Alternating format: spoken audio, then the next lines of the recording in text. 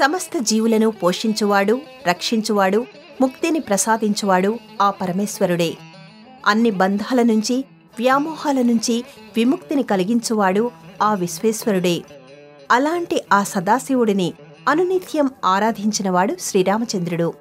ఆ స్వామి చేతుల మీదుగా శివలింగాలు ప్రతిష్ఠించబడిన పవిత్ర ప్రదేశాలు మహిమాన్విత క్షేత్రాలుగా వెలుగొందుతున్నాయి. ఆ వరుసలో ఒకటైన కర్ణాటక రాష్ట్రంలోని రామనాథపుర ఈ వారం దివ్యక్షేత్రం.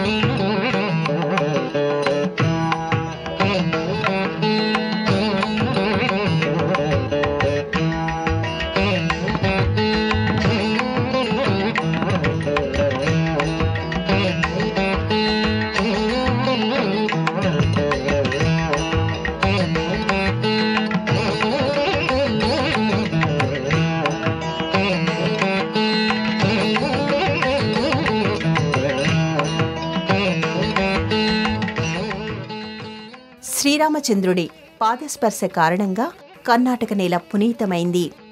శివానుగ్రహం వల్ల ఈ నేల ధన్యమైంది. అందువల్లనే కర్ణాటకలో ఎన్నో ప్రాచీనమైన శివాలయాలు, వైష్ణవ ఆలయాలు కనిపిస్తాయి. వైష్ణవ ఆలయాల వైభవంలో ఆ పరమశివుడి ప్రస్తావన వినిపిస్తుంది. శైవాలయాల విశిష్టతలో ఆ నారాయణుడి పాత్ర కనిపిస్తుంది. అందువల్ల ఇక్కడి ప్రతి క్షేత్రం హరిహరుల ఏకత్వ భావనను చాటుతూ ఉంటుంది. పరమశివుడి లీలా విశేషాలను గురించి శ్రీరాముడు వివరించిన సందర్భాలు, శ్రీరాముడి నామ వైభవాన్ని గురించి ఆదిదేవుడు ప్రస్తావించిన సందర్భాలు మనకి ఆధ్యాత్మిక గ్రంథాల్లో కనిపిస్తాయి. అలాంటి శివకేశవులతో ముడిపడిన దివ్యస్థలంగా హసన్ జిల్లాలోని రామనాథపుర విరాజిల్లుతోంది.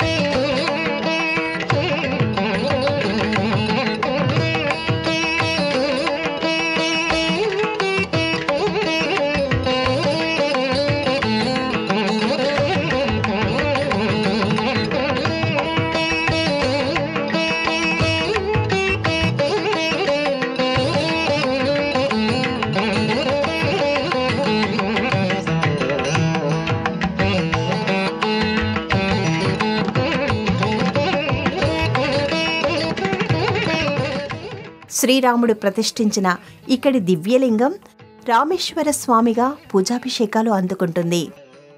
రావణ సంహారం అనంతరం ఆ పాపానికి పరిహారంగా ఏం చేయాలనే ఆలోచనలో శ్రీరాముడు ఉంటాడు. 108 శివలింగాలను ప్రతిష్ఠించడం వల్ల ఆ పాపం నుంచి విముక్తిని పొందవచ్చునని మహర్షులు సెలవిస్తారు. దాంతో శ్రీరాముడు ఆయా ప్రదేశాల్లో శివలింగాలను ప్రతిష్ఠిస్తూ వెళ్లాడు. అలాంటి ప్రదేశాల్లో ఒకటిగా మనకి రామనాథపుర కనిపిస్తుంది.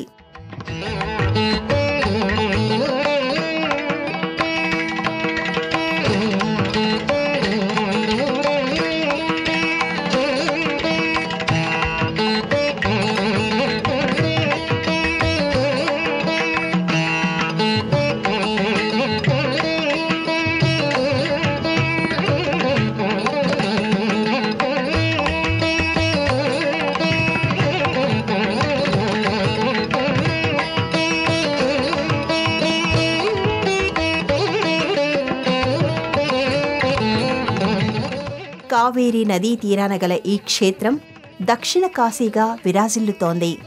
కర్ణాటకలోని పశ్చిమ కనుమలలో కావేరీ నది పుట్టిన ప్రదేశాన్ని తలకావేరిగా పిలుస్తూ ఉంటారు. కర్ణాటక, తమిళనాడు రాష్ట్రాల్లోని అనేక శైవ, వైష్ణవ క్షేత్రాలు కావేరీ నదీ తీరంలోనే విరాజిల్లుతున్నాయి. కావేరీ నది కారణంగానే ఆయా క్షేత్రాలు తీర్థరాజాలుగా విలసిల్లుతున్నాయి. అలాంటి పుణ్యస్థలిగా రామనాథపుర దర్శనమిస్తూ ఉంటుంది. ఎంతోమంది మహర్షులు సేవించిన క్షేత్రం ఇది. మరెంతో మంది మహారాజులు అంకిత భావానికి నిలువెత్తు నిదర్శనమిది.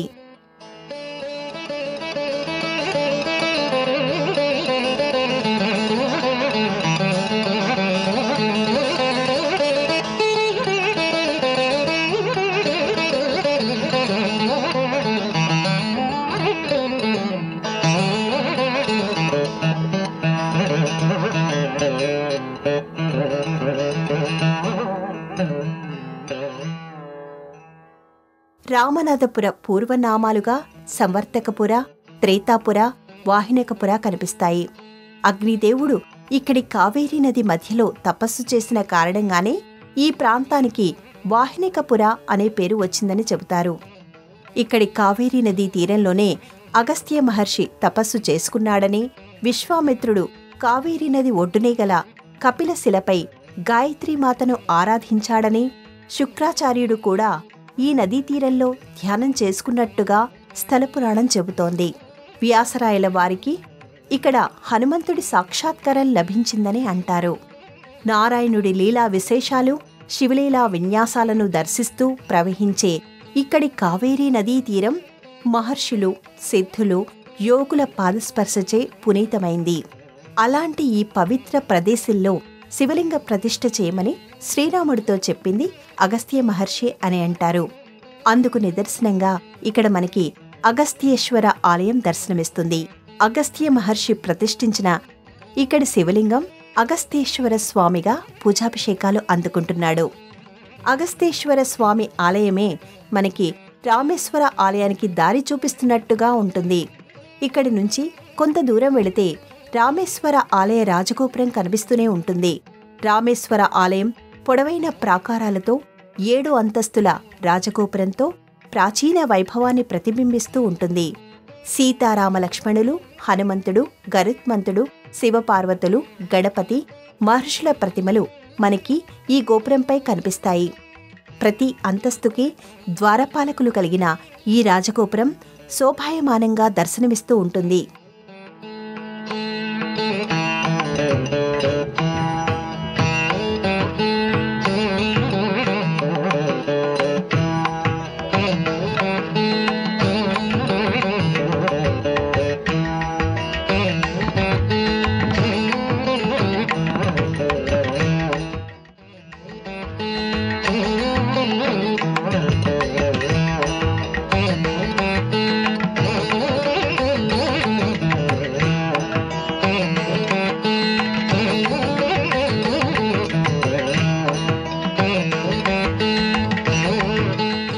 ప్రధానమైన ఆలయ ప్రాంగణంలోకి అడుగుపెట్టిన తర్వాతనే ఈ ఆలయం ఎంతటి విశాలమైనదనే విషయం అర్థమవుతుంది. ఆలయంలో లోపలి వైపు ప్రాకార మంటపాలనే మందిరాలుగా మలచిన విధానం కనిపిస్తుంది. వరుస శివలింగాలు స్వామివారి మందిరాలకు ఎదురుగా వరుస నందులు దర్శనమిస్తూ ఉంటాయి. ఈ వరుస మందిరాలను దర్శించుకుంటూనే భక్తులు ప్రదక్షిణ చేస్తారు.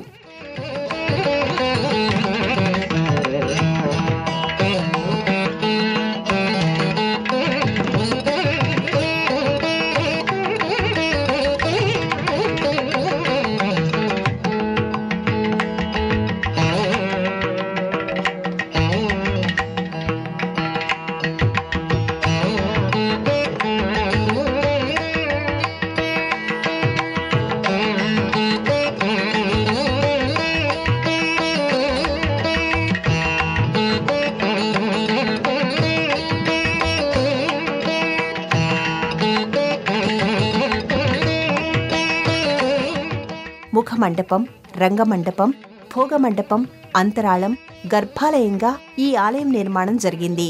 చోళ, హొయసల, విజయనగర రాజుల నిర్మాణ శైలి కనిపిస్తూ ఉంటుంది. ఆయా రాజుల కాలంలో ఈ ఆలయాన్ని విస్తరిస్తూ వెళ్లారనే విషయం అర్థమవుతూ ఉంటుంది. ఈ ఆలయం కోసం అలనాటి రాజులు కేటాయించిన ప్రదేశం మొదటి ఆశ్చర్యానికి కారణమవుతుంది. ప్రశాంతత ఇక్కడి మొదటి ప్రతినిధిగా అనిపిస్తుంది.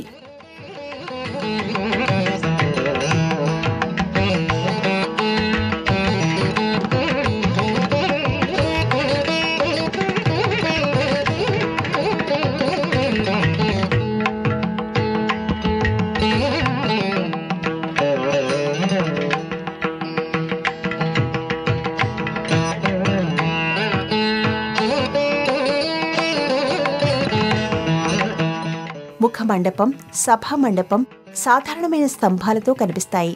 అయితే భోగ్ మండపానికి సంబంధించిన స్తంభాలు మాత్రం అద్భుతమైన నగిషీలతో ఆశ్చర్యచకితులను చేస్తాయి. గర్భాలయంలో రామేశ్వరలింగం దేదీప్యమానంగా దర్శనమిస్తూ ఉంటే, గర్భాలయానికి ముందు భాగంలో ఒకవైపున హనుమతేశ్వర మందిరం దర్శనమిస్తుంది. ఈ శివలింగాన్ని సాక్షాత్తు హనుమంతుడు ప్రతిష్ఠించాడని అంటారు. రావణవధానంతరం ఆ పాపానికి పరిహారం చేసుకోవలసి ఉంటుందని శ్రీరాముడికి మహర్షులు సెలవిస్తారు. అందుకు 108 శివలింగాలను ప్రతిష్ఠించవలసి ఉంటుందని చెబుతారు. దాంతో శ్రీరాముడు తన పరివారంతో కలిసి అనేక ప్రదేశాల్లో శివలింగాలను ప్రతిష్ఠిస్తూ వెళ్లాడు. ఆ సమయంలో హనుమంతుడు కూడా ఆ స్వామిని అనుసరిస్తాడు. అలా స్వామివారి వెంట ఉన్న హనుమంతుడు కూడా ఇక్కడ శివలింగ ప్రతిష్ఠ చేశాడనేది స్థల పురాణం.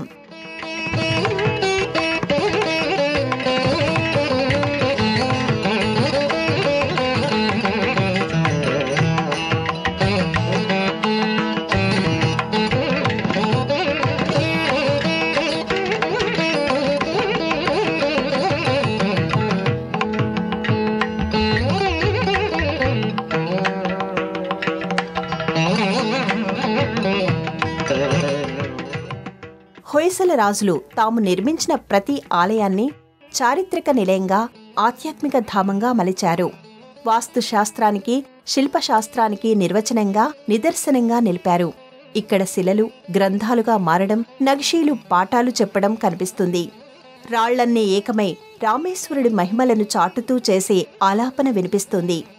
కాలం ఇక్కడ కాస్తంత నిదానంగా కదులుతున్న భావన కలుగుతుంది. హొయసల రాజులు ఆలయాల నిర్మాణంలో రాజగోపురం, విమానగోపురం, ఈ మధ్యలోని ప్రధానమైన మంటపాలు, ఆ మంటపాల్లోని స్తంభాలపై గల శిల్పకళకు ఎంతో ప్రాధాన్యతనిచ్చారు. ఆలయం వెలుపలి గోడలు, లోపలి గోడలతో పాటు లోపలి పైకప్పుల్లోనూ వాళ్లు గొప్ప ఆవిష్కరణలు చేశారు. కీర్తి ముఖాలను కలిగిన ఇక్కడి లోపలి పైకప్పు అదే విషయాన్ని మరోమారు నిరూపిస్తున్నట్టుగా అనిపిస్తుంది. గర్భాలయ ముఖద్వారమంతా కూడా అబ్బురపరిచే నగిషీలను ఆవిష్కరించారు. స్వామివారికి ఎదురుగా నందీశ్వరుడు ఆసీనుడై కనిపిస్తాడు. గర్భాలయంలో నేలబారుకి కాస్త దిగువన రామేశ్వరలింగం దర్శనమిస్తుంది. అనునిత్యం స్వామివారికి పూజాభిషేకాలు జరుగుతూ ఉంటాయి. వివిధ రకాల పూలమాలికలతో స్వామివారిని అలంకరిస్తూ ఉంటారు. సాక్షాత్తు శ్రీరామచంద్రుడు పూజించిన శివలింగాన్ని దర్శించుకునే అవకాశం రావడం మన భాగ్యంగా అనిపిస్తుంది. అనునిత్యం స్వామివారికి అభిషేకం జరుగుతుంది. వివిధ రకాల పూలమాలికలతో స్వామిని అలంకరిస్తారు. అదేవిధంగా హనుమతేశ్వర లింగానికి కూడా పూజాభిషేకాలు నిర్వహిస్తూ ఉంటారు. శ్రీరాముడు, హనుమంతుడు ప్రతిష్ఠించిన శివలింగాలు ఒకే ఆలయంలో ఆరాధించబడుతూ ఉండటం ఒక అరుదైన విషయంగా అనిపిస్తుంది. త్రేతాయుగం నాటి ఈ క్షేత్రంలో అడుగుపెట్టడానికి మించిన అదృష్టం ఏముంటుందని అనిపిస్తుంది.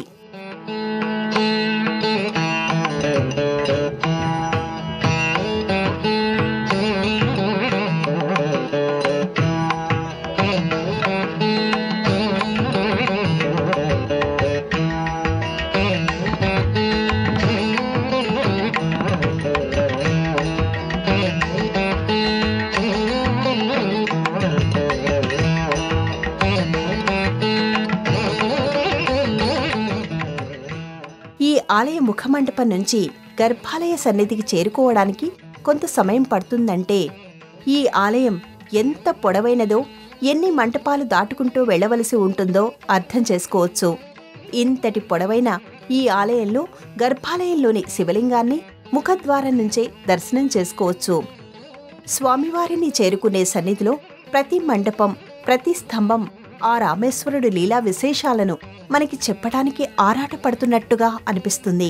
సాధారణంగా ప్రాచీనమైన ఆలయాలలో రాజగోపురం, మంటపాలు, విమానగోపురం అనేక నగిషీలను, శిల్పకళను కలిగినవిగా కనిపిస్తాయి. అలాగే వెలుపలి గోడలు, స్తంభాలు, లోపలి పైకప్పు కూడా అందమైన ఆవిష్కరణలతో కనువిందు చేస్తాయి.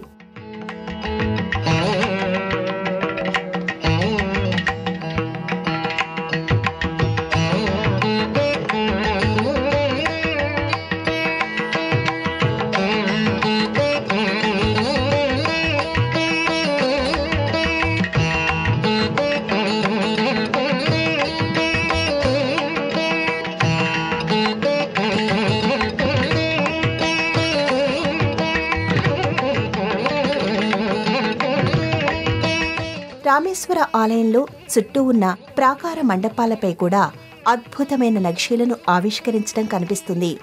ప్రాకార మండపాల ఈ విధమైన అల్లికలు చాలా అరుదనే చెప్పాలి.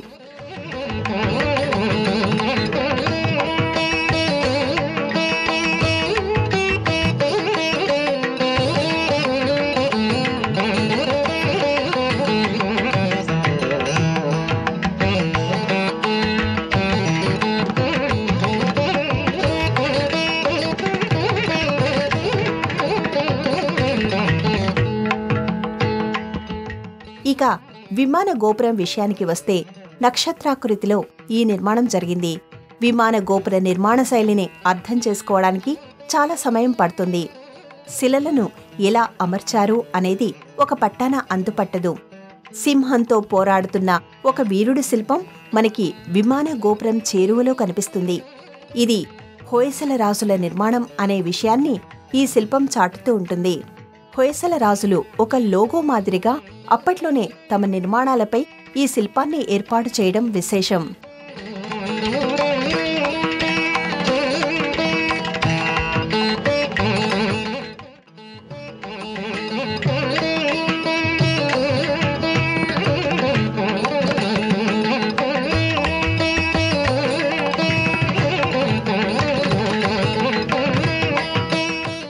హొయసల రాజులు 10 నుంచి 14 శతాబ్దాల మధ్యకాలంలో ఈ ప్రాంతాన్ని పరిపాలించారు. కన్నడ భాషతో పాటు సాహిత్యాన్ని, లలిత కళలను ప్రోత్సహించారు. ముఖ్యంగా ఆలయాల నిర్మాణంలో అపారమైన అంకిత భావాన్ని ప్రదర్శించారు. ప్రతి ఆలయం తమ పాలనా వైభవాన్ని ప్రతిబింబించేలా తమ కాలంనాటి కళలు కనుల ముందు కదలాడేలా చూసుకున్నారు. అందులో భాగంగానే తాము నిర్మించిన ఆలయాల్లో తమ రాజచిహ్నం ఉండేలా చూసుకున్నారు. హొయసల నిర్మాణాల్లో సింహాన్ని ఎదురించి పోరాడుతున్నట్టుగా కనిపించేది రాజా చంద్రవర్మన్. ఆయనే హొయసల రాజుల మూలపురుషుడిగా చరిత్ర చెబుతోంది. నింగిలోని చంద్రుడే తన తండ్రి అని ప్రకటించిన వీరుడు ఆయన. చాలా చిన్న వయసులో ఉండగానే ఆయన సింహాన్ని ఎదిరించి పోరాడిన పరాక్రమశాలి. అందుకు నిదర్శనంగానే ఆ దృశ్యానికి సంబంధించిన శిల్పాన్ని అధికార చిహ్నంగా ఏర్పాటు చేస్తూ రావడం మనం చూడొచ్చు.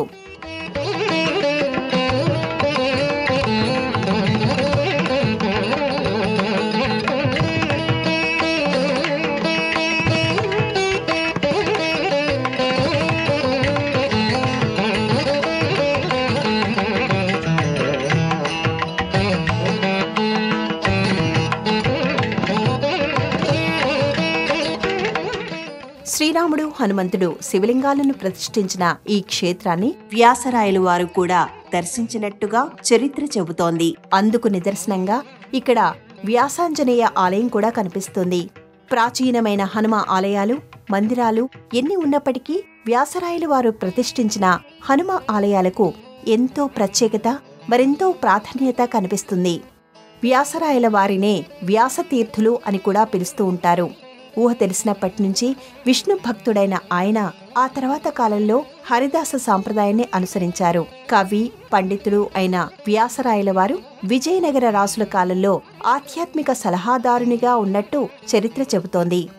శ్రీకృష్ణదేవరాయల వారికి ఆయన అత్యంత సన్నిహితుడిగా ఉన్నట్టుగా చెబుతారు. కృష్ణదేవరాయలకు కుహు అనే దోషకాలం వచ్చినప్పుడు రాజ్యక్షేమం కోసం ఆయన నుంచి ఆ రాజ్యాన్ని దానంగా పొందిన వ్యాసరాయల వారు ఆ తర్వాత తిరిగి దానిని రాయలవారికే అప్పగించారు. ఆ సమయంలోనే ఆయన 108 హనుమ ఆలయాలను నిర్మించినట్టుగా చెబుతారు. అలాంటి హనుమ ఆలయాలలో ఒకటిగా ఇక్కడి వ్యాసాంజనేయ స్వామివారి ఆలయం కనిపిస్తుంది. రామనాథపుర క్షేత్రానికి గల ప్రధానమైన ఆకర్షణలలో ఇక్కడి కావేరీ నది ఒకటిగా కనిపిస్తుంది. ఆలయాన్ని ఆనుకునే కావేరీ ప్రవహిస్తూ ఉంటుంది. ప్రాచీన కాలంలోనే ఏర్పాటు చేసిన మెట్ల ద్వారా నది సమీపానికి చేరుకోవచ్చు. శ్రీరాముడు, హనుమంతుడు, ఎంతో మంది మహర్షులు ఈ ప్రదేశంలో కావేరిని స్పర్శించిన కారణంగా ఇక్కడి నదిలో చేపలు పట్టరు. అందువల్ల ఈ నదిలో విపరీతమైన సంఖ్యలో జలపుష్పాలు సందడి చేస్తూ కనిపిస్తాయి. భక్తులు వాటికి స్వయంగా ఆహారాన్ని అందిస్తూ ఉంటారు.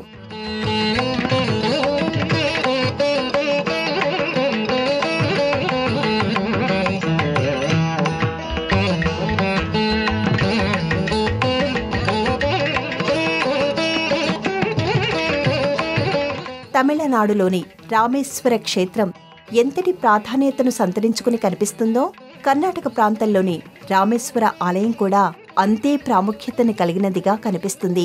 పురాణాలు, ఇతిహాసాలు, చరిత్ర ఇవన్నీ కూడా ఇక్కడి స్వామివారి సన్నిధిలో సాక్షాత్కరిస్తాయి. మహర్షుల తపోభూమిగా కనిపించే ఈ క్షేత్రంలో శైవ సంబంధమైన అన్ని పర్వదినాల్లోనూ విశేషమైన సేవలను, ఉత్సవాలను నిర్వహిస్తూ ఉంటారు. అనునిత్యం ఈ ఆలయం తలుపులను ఉదయం 5 గంటల నుంచి మధ్యాహ్నం 1 గంట వరకు తెరిచి ఉంచుతారు. సాయంత్రం 4 గంటల నుంచి రాత్రి 9 గంటల వరకు దర్శనానికి అనుమతి ఉంటుంది.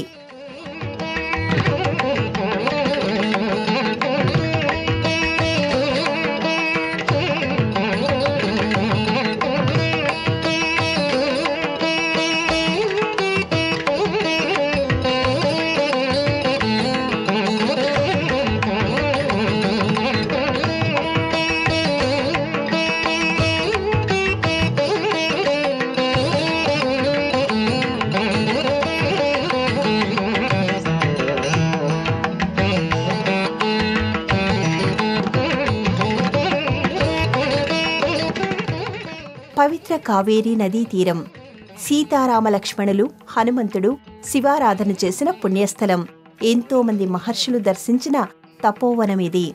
అనేక రాజవంశాలకు చెందిన రాజులు సేవించి తరించిన దివ్యస్థలమిది. అలాంటి ఈ ప్రదేశాన్ని దర్శించడం వల్ల మనసు మహాక్షేత్రంగా మారిపోతుంది. మహాదేవుడి అనుగ్రహ పీఠమైపోతుంది. దేశంలోని అన్ని ప్రధానమైన నగరాల నుంచి మైసూర్కి రోడ్డు, రైలు, వాయు మార్గాలు ఉన్నాయి. మైసూర్ నుంచి 80 కిలోమీటర్ల దూరంలో ఉన్న ఈ ఆలయానికి బస్సుల్లో కానీ స్థానిక వాహనాల్లో కానీ చేరుకోవచ్చు.